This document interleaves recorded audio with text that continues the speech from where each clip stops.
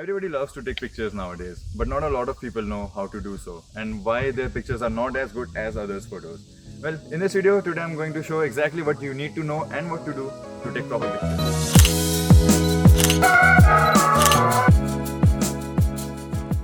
So the first thing you need to do when you're getting started with photography, you can do this on both smartphones or DSLR. I'm using a camera to showcase this one.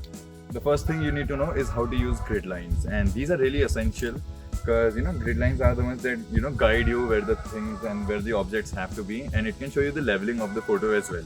Let me explain. Here you can see the grid lines, these lines that are intersecting each other. Now these give you a better idea of what your leveling is like. So for example, this frame does not look good at all because the mountain is not straight, and if I take a picture like this, here it is. Now look, this is a picture that people used to take back in 2016 or something. So all you have to do is level the field. Here we are, see how plain and leveled it is, and bring the mountain in the middle, and that tree is actually giving a very nice element to this picture. So let's click it. See, so much better, looks so good right now. And if you want, you can zoom in or out. That is all up to your creativity. And all you have to do is keep things leveled so it looks more satisfying and aesthetically pleasing to the eye. And with grid lines there is a very important factor, that is the rule of thirds. Now what the rule of thirds is, let me show you. And everything is so satisfying about it because rule of thirds is when your subject, your main subject or anything in the picture is placed in the intersection of these grid lines. Wherever these grid lines intersect, if you place the object or the subject there, it looks very pleasing to the eye because that is where you automatically try to look, right? Because if this, let's say this frame is like this way, right? The tree over here is very far off, the mountain is not in the center, there is no main focus in this image.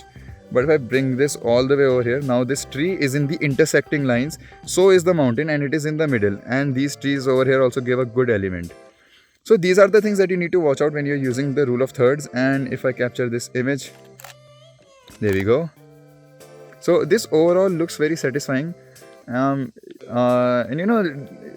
taking a picture during the daytime is not the best thing that you have to do. I'll talk about it later in this video, but you understand the rule of thirds. And if I take another picture where nothing is in the middle of the picture, nothing looks good, and the picture seems fine, but it's not, nothing is in the main focus.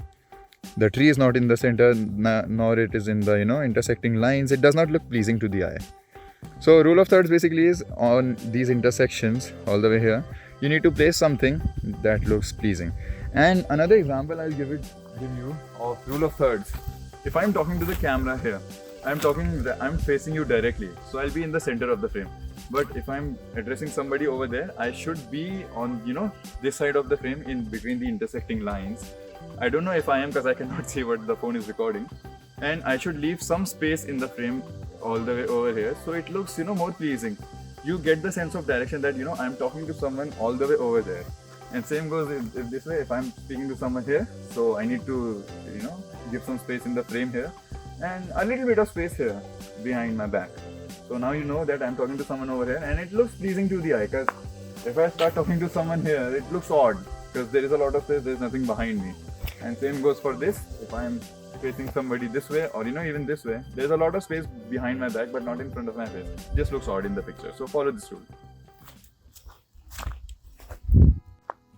Okay, so let's go over the thing that I said earlier in this video. And I mentioned that this was the worst time to record or take pictures. It is currently 12:10 p.m. and the sun is directly above my head.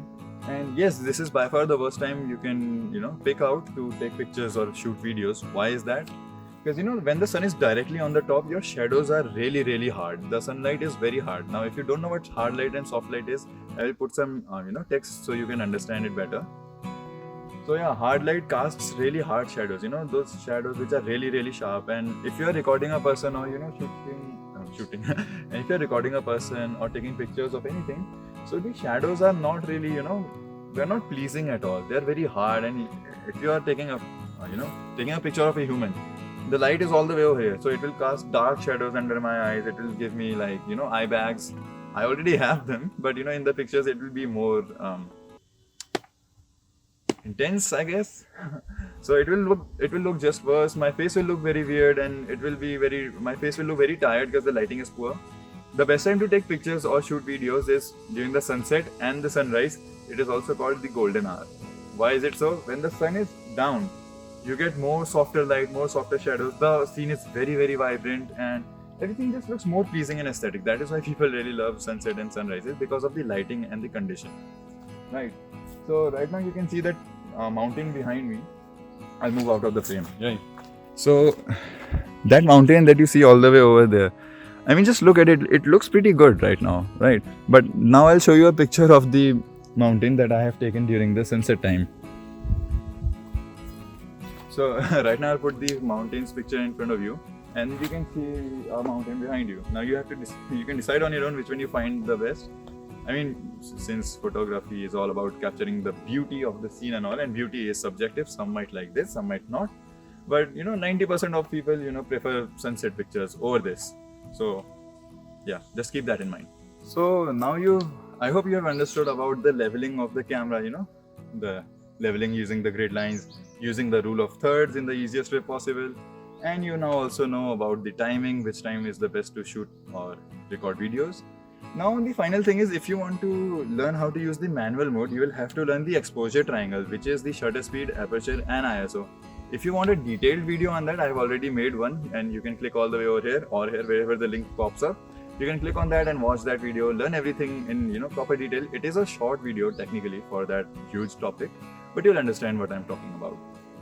So in this video, I'm not going to go over that again. It's a big topic and it will only elongate the video more. So basically you need to learn how to use shutter speed, aperture and ISO, and then you are completely set, man. You can do whatever you want with the camera. You can experiment with different pictures and different types of pictures. I mean, you'll become a pro eventually if you learn that settings. And now the insects in the backgrounds are popping off. Well, and it's also my cue to end this video right here. So thank you for watching. If you've learned something, please give a like and subscribe to the channel if you want to. Nobody's forcing you to do so. And yeah, if you want to learn photography properly for beginner, if you are a beginner and you want to learn something new, well, you can subscribe to the channel. Thank you.